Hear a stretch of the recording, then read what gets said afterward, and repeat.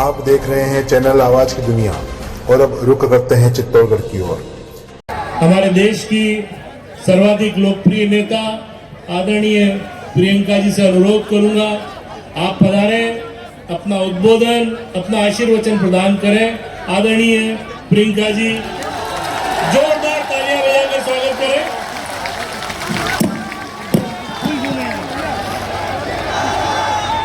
कितनी देर से इंतजार कर रहे हो? 5 घंटों से। तो सबसे पहले तो माफी चाहती हूँ कि थोड़ी सी देर हो गई। आपकी बहुत आभारी हूँ कि आपने इतना इंतजार किया।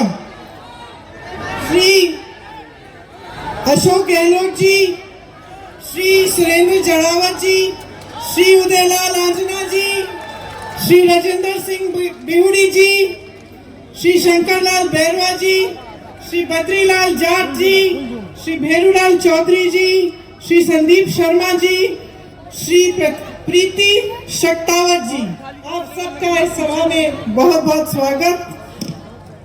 कांग्रेस पार्टी के सारे नेता जो मंच पर उपस्थित हैं, सभी पदाधिकारी, सभी कार्यकर्ताओं को भी बहुत बहुत स्वागत। मेरी प्यारी बहनों, आप अपना काम छोड़ के यहाँ आई हैं मेरी बातों को सुनने के लिए, इसके लिए मैं बहुत आभारी हूँ। भाइयों, आपका भी स्वागत। अरे हो गया यार, आप सबने मारो खड़ो राम राम सा आपरी वीर प्रसुता भूमि में ने नमन। अठे महाराणा प्रताप रा शौर्य, मीराबाई री भक्ति, पन्ना धाय रो त्याग और रानी पद्मिनी रा बलिदान री गाथा लिखी है। आप सगला चित्तौड़गढ़ रा निवासियों ने जय राम जी री करो हूँ। सावलिया जी धाम और सभी देवी देवताओं को प्रणाम करती हूँ। ये वीरों की धरती है, गर्व है इस धरती में आपको। जोर से बोलो। अरे यार तुम सुनने जाओ। गर्व है अपनी धरती में, गर्व है अपने प्रदेश में, गर्व है अपने देश में। मुझे भी बहुत गर्व है, इसीलिए मेरी ध्यान से बातें सुनना। आपके काम की बात करने आई हूँ, चुनाव की बात नहीं, आपके काम की बात करने आई हूँ। तो एकदम ध्यान से सुनो। आपसे कुछ चाहती हूँ मैं, बाद में आपको पता चलेगा। देखिए, ये महाराणा प्रताप जी की धरती है। उनके साथ गाड़िया लोहारों ने एक शपथ ली थी कि जब तक चित्तौड़गढ़ आजाद नहीं होगा तब तक किले में प्रवेश नहीं करेंगे। मालूम है आपको ये कहानी? तो प्रवेश कब किया इन्होंने, कौन बताएगा? पंडित जवाहरलाल नेहरू ने माणिकलाल वर्मा जी के साथ किले में इनके साथ प्रवेश किया जब भारत आजाद हुआ तब। तो ये जो आपकी परंपराएं हैं, किसी ने शपथ लिया कि किले में कभी नहीं जाएंगे, एक पूरे कौम ने, जब तक आजादी नहीं होगी। महाराणा प्रताप जैसी शख्सियत जो लड़े अपने देश के लिए, अपने प्रदेश के लिए। आपके पूर्वजों ने आजादी की लड़ाई लड़ी, हमारे पूर्वजों ने आजादी की लड़ाई लड़ी। किस लिए लड़ी, कौन बताएगा? किस लिए लड़ी? अपने लिए लड़ी, देशवासियों के लिए लड़ी, देशवासियों की आजादी के लिए लड़ी। गांधी जी क्या कहते थे? गांधी जी कहते थे कि तब तक ये देश पूरी तरह से आजाद नहीं होगा जब तक ग्राम स्वराज नहीं होगा। ग्राम स्वराज का मतलब है जब तक गांव मजबूत नहीं होगा, जब तक गांव सशक्त नहीं होगा, जब तक एक एक देशवासी को सशक्त नहीं करेंगे। गांव से लेकर शहर तक हर जगह सबको आजादी में का एहसास होना चाहिए और सब सशक्त होने चाहिए। तो देखिए, बहुत साल गुजर गए, आप भाजपा के नेताओं के भाषण सुनते होंगे, उनके मुताबिक तो 70 सालों में कुछ हुआ ही नहीं। ये अलग बात है कि सब पढ़े लिखे हैं, कहाँ पढ़े हैं भाई? किन्होंने पाठशालाएं बनाई, किन्होंने कॉलेज बनाए जिनमें ये पढ़े, किन्होंने इनकी डिग्रियां दी, जहां जहां इन्होंने रोजगार किया, वो कंपनियां किसने बनाई? 70 सालों से हम आजाद हैं, सही बात? 70 सालों से हम आजाद हैं और इन 70 सालों में हमारी राजनीति आस्ते आस्ते बदलती जा रही है। आप सबको मालूम है कि आज जो देश में परिस्थितियां हैं, जो देश में राजनीति स्थापित हुई है, वो किस तरह की राजनीति है? आप ही कह रहे हैं धर्म पे आधारित राजनीति कर रही है भाजपा। तो ये धर्म के आधारित राजनीति होती क्या है? क्योंकि देखो, धार्मिक तो हम सब हैं, आप हो, मैं हूं, सब है ना मेरी बहनें, आप सब धार्मिक हैं, सब पूजा करती हैं। और आप सब नहीं तो जितने भी धर्म हैं हमारे देश में, उनके जितने भी मानने वाले लोग हैं वो सब धार्मिक हैं। हम हिंदुस्तानी हैं, हम सब धार्मिक हैं, चाहे हिंदू हो, मुसलमान हो, जैन हो, बौद्ध हो, दिल में धर्म है और सबकी आस्था है और सब उस आस्था को दिल में मानते हैं और अपने बच्चों को सिखाते हैं। कोई ऐसा धर्म है जो आपको सिखाता है कि दूसरों को मार काटो? कोई धर्म नहीं है ना, कोई ऐसा धर्म नहीं है। चाहे कोई भी धर्म हो, वो आपको सिर्फ अच्छी बातें सिखाएगा। वो सिखाएगा कि सबका आदर करो, मान सम्मान करो, सबका, सबसे प्रेम से बात करो, किसी को सहायता की जरूरत है उसकी सहायता करो, यही सिखाता है धर्म। तो ये धर्म पे आधारित राजनीति क्या है, कैसे उभरी और आज कैसे पूरे देश में चल रही है, इसके बारे में सोचने की बहुत आपको जरूरत है। बहुत महत्वपूर्ण बात है ये, क्योंकि देखिए मेरी समझ में ये ऐसी राजनीति है जो आपका ध्यान भटकाना चाहती है। क्यों? क्योंकि सब जानते हैं कि आप सब धार्मिक हैं, सब जानते हैं कि जब धर्म की बात करेंगे तो आपके जज्बात उभरेंगे। सब जानते हैं, बहनें, आपके घर कोई आए, बड़ी धार्मिक बात करे और फिर बोले कि मुझे वोट दे दो, तो आपको बुरा लगेगा ना कि भाई धार्मिक इंसान है, अच्छी अच्छी बातें करके आया गया है, उसको तो वोट देना चाहिए, आपको ऐसा लगता है ना? लेकिन सोचो, वो इंसान आपके पास धर्म की बात चुनाव के समय क्यों कर रहा है? आपके पास आकर आपसे कुछ चाहता है। और आप समझिए कि ये जो राजनीति आपने पूरे देश में लागू होने दी है, ये आप ही का इस्तेमाल कर रही है। ये धर्म की बातें, जाति की बातें चुनाव के समय जो उठाते हैं, वो चाहते हैं कि अपना स्वार्थ आपसे साधे। अगर आप इस बात को आज नहीं समझेंगे तो 5 साल और भुगत लो, 5 साल भुगत लो। अगर आप इस बात को ठीक तरह से समझ लेंगे और आप नेताओं से, राजनीतिक दलों से जवाबदेही मांगेंगे, आप विकास मांगेंगे, आपकी समस्याओं का हल मांगेंगे, तो आप भटक नहीं सकते। मैं इसलिए ये बात कह रही हूं, क्योंकि 2 दिन पहले मैं मध्य प्रदेश में थी। मध्य प्रदेश में भाजपा की सरकार है। कितने सालों से चल रही है बहनों और भाइयों? 18 सालों से। 18 सालों से बार बार भाजपा को वोट दिया जा रहा है। जब मैं किसी के घर जाती हूँ, पूछती हूँ कि भाई क्यों दे रहे हो वोट? तुम्हारे घर में बिजली नहीं है, पानी नहीं है, सड़क की मरम्मत नहीं की, बेरोजगार बच्चे बैठे हुए हैं, पढ़ाई लिखाई करा दी, फीस भरा दी, मेहनत कर ली, लेकिन नौकरी नहीं मिल रही है, तो क्यों बार बार वोट दे रहे हो? तो जवाब ये मिलता है कि दीदी धर्म के आधार पर। तो धर्म के आधार पर जब वोट दे रहे हो तो नेता क्या सोच रहा है? चालाक होता है, सुन लो, होता है कि नहीं? मंच पे खड़े होके कह रही हूं, किसी भी नेता को इतनी छूट दे दो कि वो आलसी बन जाए, उसकी जवाबदेही हटा दो, उसको पता चल जाए कि भाई मैं इधर उधर की बातें करूंगा, धर्म की बात कर लूंगा, जाति की बात कर लूंगा, कुछ और बोल दूंगा, ध्यान भटका दूंगा, मुझे वोट मिल जाएगा, तो काम क्यों करेगा? काम क्यों करेगा बहनों और भाइयों? आपने आदत जो बिगाड़ दी है। अब जब आप खुद ही कह रहे हो, जब मैं किसी के घर जाती हूँ, वो महिला खुद ही मुझे कह रही है कि भाई मैं काम तो कुछ हुआ नहीं, लेकिन वोट मैं धर्म के आधार पे दूंगी, तो आदत बिगाड़ने वाले तो आप हो गए ना।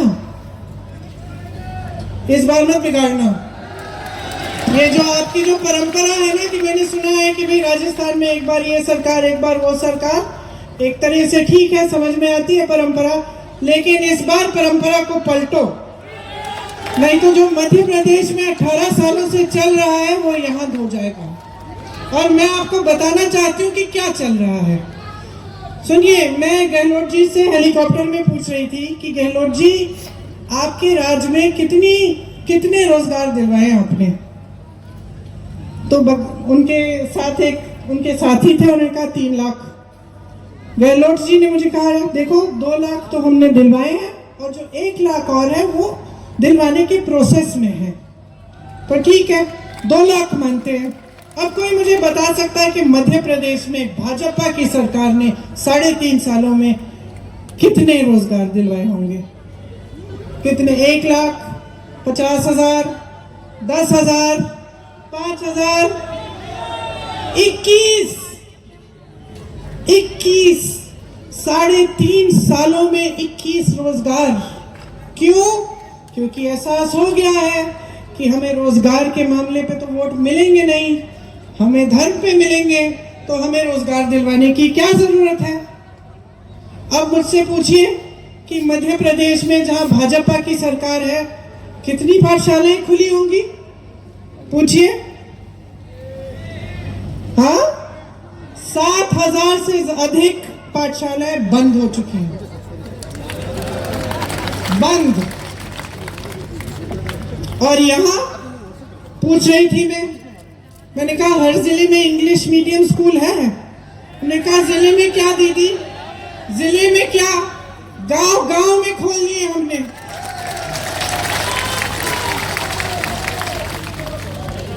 फिर मैंने पूछा कि शिक्षा की सुविधाएं कैसी हैं? बोला कि शिक्षा की सुविधाएं हमारी यहाँ बहुत अच्छी हैं, सब जगह हम बनवा रही हैं और मजबूत कर रहे हैं। तो रोजगार में आप आगे, शिक्षा में आप आगे। महंगाई को देखते हैं, भाजपा के प्रदेशों में सिलेंडर का दाम कब होता है कम? जब चुनाव आता है, तब तक 1200-1400 तक ऊपर चढ़ गया, किसी ने कुछ नहीं कहा। चुनाव आने लगा, अचानक गिरा दिया 400-500। आपको सिलेंडर कितने में मिलता है? 500 में मिलता है। देखिए, आपको ना प्रदेश की सरकार ने केंद्र की नीतियों से बचा के रखा है। आपने कभी इस देश के इतिहास में ऐसी बात सुनी है कि महंगाई राहत कैंप लगा रही है प्रदेश सरकार और महंगाई बढ़ा रही है केंद्र की सरकार? कभी सुनी है ये बात? कभी ये नौबत आई है कि प्रदेश की सरकार को महंगाई राहत कैंप लगाना पड़ा है? क्योंकि महंगाई इतनी बढ़ गई है। बहनों, आप तो कम से कम दिवाली मना पाई हैं।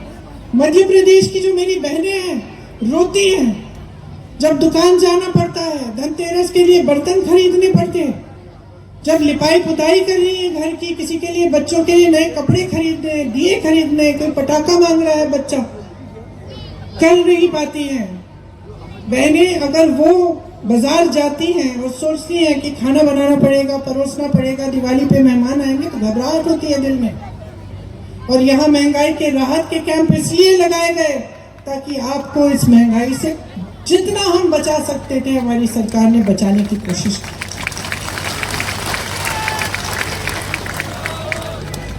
आपको स्वास्थ्य बीमा मिलता है, ठीक है। पिछली बार मैं यहाँ आई थी तो मैं 2 जनों से मिली थी। एक का हार्ट का ऑपरेशन हुआ, उसने हाथ जोड़ के गहलोत जी को धन्यवाद दिया, बोला कि मुझको एक भी पैसा देना नहीं पड़ा। 25 लाख तक आपको आपका इलाज मुफ्त मिलता है। वहां मध्य प्रदेश में देखिए, जहां भाजपा की सरकार है, हर स्तर पर जो स्वास्थ्य सुविधाएं हैं उसमें हर स्तर पर खाली पद है।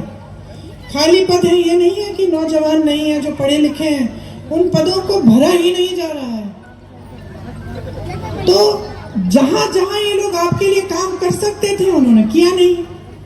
जहां इनके प्रदेश है वहां सबसे ज्यादा महंगाई, सबसे ज्यादा परेशानी, किसान भी परेशान है। वहां तो खाद की भी किल्लत है। खाद के लिए जब लाइन में खड़े होते हैं वहां पे तो किसान से बोला जाता है कि भाई पहले अपना कर्ज चुकाओ, बैंक में जाओ, कर्ज चुकाओ तभी खाद मिलेगा। नई चीज ये कि मोदी जी ने अपना स्टिकर चिपका दिया, उस पर अपनी फोटो उस पर चिपका दी, तो चुनाव आयोग ने बोला मध्य प्रदेश में अभी खाद का वितरण बंद करिए। बेचारा किसान रो रहा है, त्रस्त है, सीजन निकले जा रहा है, उसको खाद नहीं मिल रही है, क्योंकि इतने अक्लमंद है भाजपा के नेता कि चुनाव के समय खाद पर भी अपनी फोटो लगाना चाहते हैं। तो मैं सिर्फ आपसे एक सवाल करना चाहती हूँ, आप किस तरह की राजनीति चाहते हैं अपने प्रदेश में? विकास की चाहते हैं? सीधी सी बात है, देखिए अपना ध्यान केंद्रित करिए अर्जुन की तरह। जब अर्जुन को तीर मारनी थी, मछली की आंख से उनका ध्यान हटा नहीं। उसी तरह से आपका ध्यान अपने विकास, अपने भविष्य, अपने बच्चों के भविष्य, अपने रोजगार, अपनी शिक्षा की सुविधाएं, अपनी स्वास्थ्य की सुविधाओं से हटना नहीं चाहिए। मांगो तो विकास मांगो तो प्रगति और तरक्की मांगो, और मांगो तो अपने लिए अपना हक और अपना अधिकार मांगो। आपको मालूम है कि आज देश का जो भी एक सरकारी कर्मचारी, उसकी क्या मांग है? पुरानी पेंशन। केंद्र सरकार कहती है पुरानी पेंशन के लिए हमारे पास पैसे नहीं है। आप यहाँ तैनात खड़े हैं, धूप हो या कुछ भी हो, आप तैनात खड़े रहेंगे।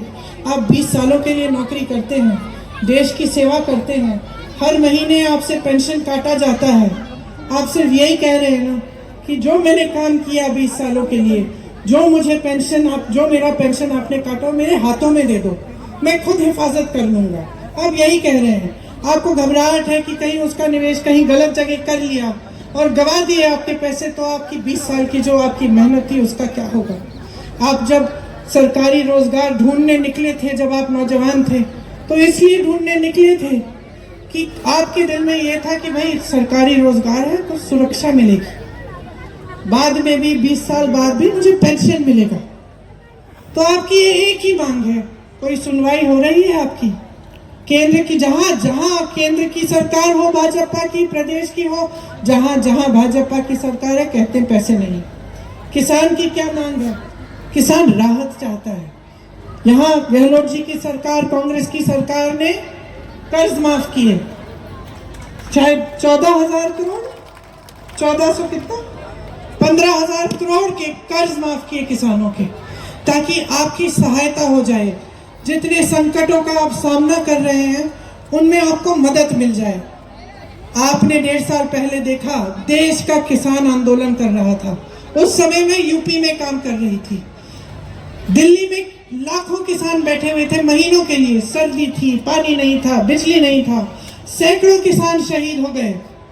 यूपी में इन्हीं के मंत्री के बेटे ने 6 किसानों को अपनी जीप के पहियों के नीचे कुचल डाला।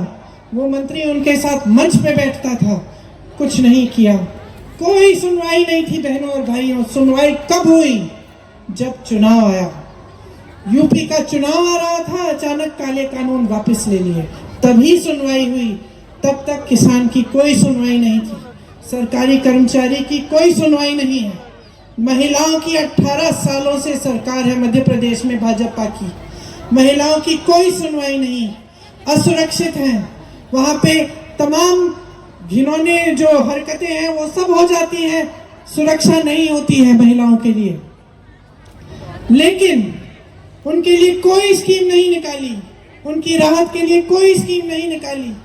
महंगाई का सामना 18 सालों से कर रही है, गरीबी का सामना 18 सालों से कर रही है, घर में संकट है 18 सालों से। राहत कब दी? चुनाव के 2 महीने पहले। चुनाव के 2 महीने पहले एक स्कीम निकाली कि हम आपके खाते खोल दो, आपके खातों में हम पैसे डालेंगे, हर महीने डालना भी शुरू कर दिया चुनाव से पहले। ये सोच के कि जनता बेवकूफ है, ये सोच के कि महिलाओं को बेवकूफ बना सकते हैं। तो भाइयों और बहनों, इन बातों को बहुत गहराई से आपको समझना पड़ेगा, क्योंकि यही खेल आपके साथ खेला जा रहा है और यही खेल खेला जाएगा अगर आप भाजपा की सरकार लाएंगे। आप देखिए आसपास क्या है, जहां कांग्रेस की सरकारें हैं जहां भाजपा की सरकारें हैं उनकी तुलना करिए, मेरी बातों पे मत जाइए। आपको ये लगता होगा कि चलो ये तो कांग्रेस की नेता है तो बोलेगी कांग्रेस के पक्ष में, इसने तो आलोचना करनी ही है भाजपा की, और भाजपा वाले हमारी करेंगे। हम भी कुछ कहते हैं उनके बारे में, वो भी कहते हैं। मैं कहती हूँ मेरी बातों पे जाओ ही मत। मैं कहती हूँ तमाम नौजवान बैठे हो, शहर है, यहाँ इंटरनेट है, जाके देखो।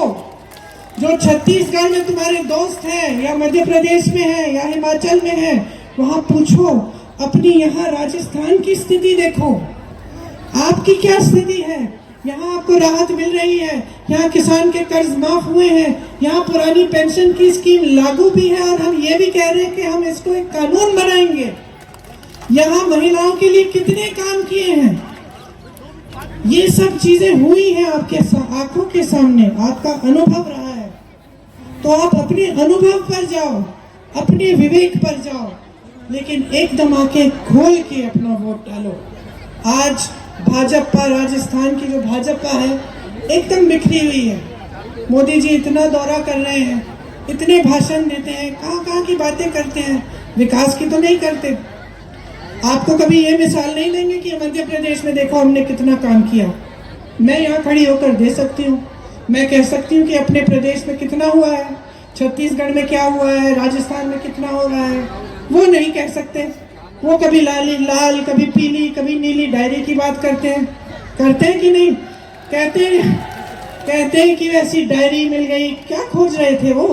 मुझे तो लगता है कि पूरे प्रदेश में ढूंढते वो तो अपना सीएम फेस ढूंढ रहे हैं, अपने सीएम का चेहरा ढूंढ रहे हैं, वही नहीं मिल रहा। आपने वो फोटो देखी है मोदी जी की? जीप में चल रहे हैं टोपी लगा के, और यूं दूरबीन से देख रहे हैं जंगलों में, यही आपके राजस्थान के जंगलों में कुछ ढूंढ रहे हैं, शायद मोर ढूंढ रहे हैं।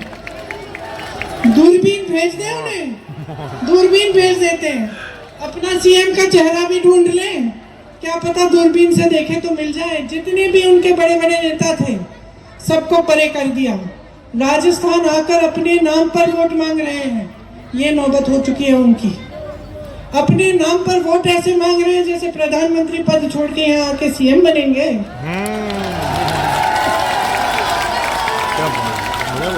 तो आपके साथ छल हो रहा है। अब आप जागरूक बनेंगे, आप आंखें खोलेंगे तो आप इस छल को देख पाएंगे, समझ पाएंगे। अगर आप अपने जीवन का अनुभव देखेंगे, ये देखेंगे कि जो गहलोत जी की सरकार है उसने क्या क्या काम किया है आपके लिए। मैं नहीं कह रही हूँ कि सब कुछ ठीक है, मैं नहीं कह रही हूँ कि जितना विकास, सब विकास जो है एक निरंतर होता है, विकास कभी रुक नहीं सकता। हम आज 10 चीजें करेंगे, 10 और करनी पड़ेंगी, ये होता है विकास, चलते चले जाता है। तो मैं ये नहीं कह रही हूँ कि भाई पूरी तरह से हो गया है, लेकिन मैं ये जरूर कह रही हूँ कि कोई प्रयास नहीं छोड़ा। कि जब गहलोत जी कहते हैं कि आप जितना भी मांगो, आप मांगते मांगते थक जाओगे, मैं देते देते नहीं थकूंगा, तो मैं गहलोत जी को जानती हूँ, वो अपने दिल से ये बात कहते हैं। मैं जानती हूँ कि कितना काम करते हैं, रात भर काम करते हैं, 4-5 बजे तक सोते नहीं हैं, आपके लिए काम करते हैं।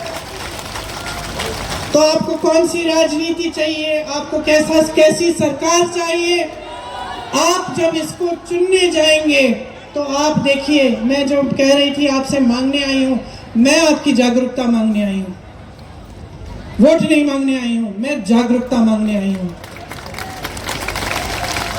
आपने शुरू में कहा कि इस धरती पर गर्व है, आपने शुरू में कहा इस देश पर, इस प्रदेश पर गर्व है, जोर से चिल्ला के बोले गर्व है ना तो इसकी हिफाजत करो, गर्व है तो अपने अधिकारों को समझो। जब नेता खड़े होकर कहता है कि मैंने दिया, उसको समझाओ तुमने कुछ नहीं दिया, जनता ने तुम्हें दिया है, उसको जवाबदेह बनाओ। ये धर्म की बातें, जाति की बातें बहुत अच्छी बातें हैं, लेकिन जब वोट की बात है तो अपने काम की बात सुनो और उससे काम की बात मांगो, उसको जवाबदेह बनाओ। और अगर वो आपके लिए काम नहीं करता और आपको लगता है कि इसने विश्वासघात किया है, तो बदल डालो। तो मैं इस आधार पर आपसे कह रही हूं कि जागरूक बन जाओ, क्योंकि मैं जानती हूं कि हम राजस्थान में हमारी सरकार ने खूब काम किया है, और हम इस काम को रोकना नहीं चाहते। अब सही दिशा में चल रहा है प्रदेश। सही दिशा ये है कि आपकी संपत्ति आपकी जेब में जानी चाहिए। आज जो केंद्र की सरकार है आपकी संपत्ति छीन कर बड़े बड़े उद्योगपतियों को दे रही है। चाहे आपकी बड़ी बड़ी कंपनियां हो, चाहे बंदरगाह हो, चाहे हवाई अड्डे हो। आज किसान 27 रुपए कमाता है एक दिन में और अडानी जी 16,000 करोड़ रुपए कमाते हैं। मोदी जी कहते हैं कि आपके पेंशन के लिए पैसे नहीं है। 16,000 करोड़ रुपए के 2 हवाई जहाज सिर्फ मोदी जी के हैं। सरकार ने उनके लिए खरीदे और उन्हीं में घूमते हैं। 20,000 करोड़ का उन्होंने सुंदरीकरण किया है संसद भवन का। 70 साल पुराना था, उनको पसंद नहीं आया, लेकिन 70 साल से तो अच्छा खासा चल रहा था। 20,000 करोड़ खर्चे।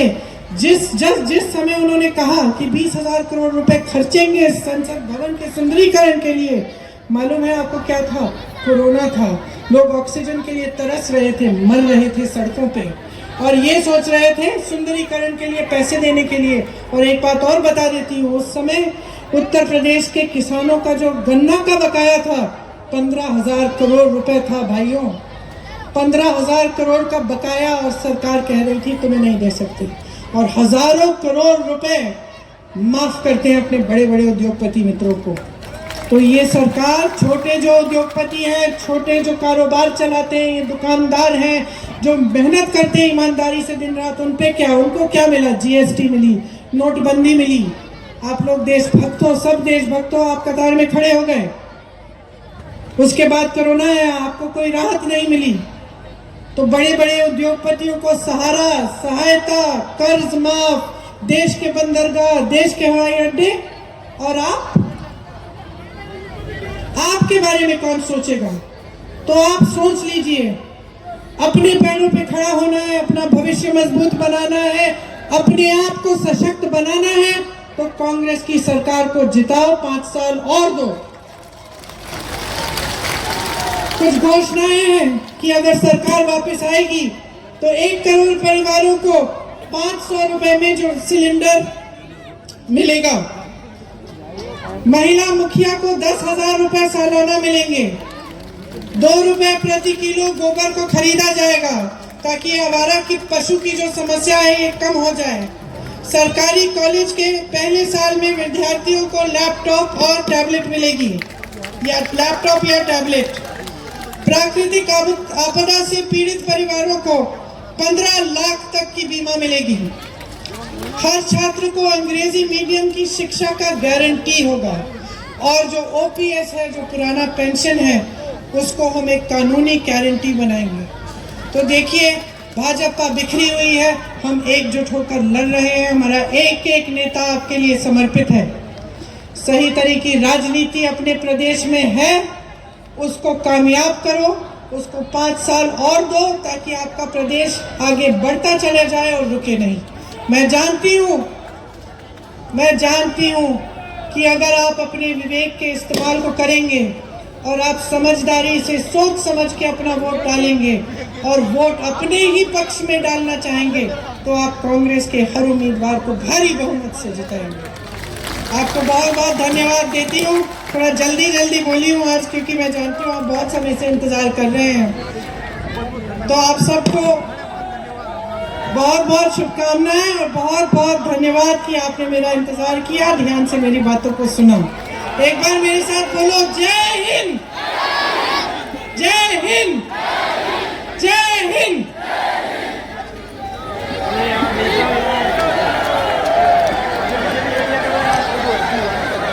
पांचों प्रत्याशी मिलकर बजरंगबली की गदा आदरणीय प्रियंका जी को सौंप रहे। पांचों प्रत्याशियों और मैं प्रीति मैडम से अनुरोध करूंगा, आप भी बना रहे।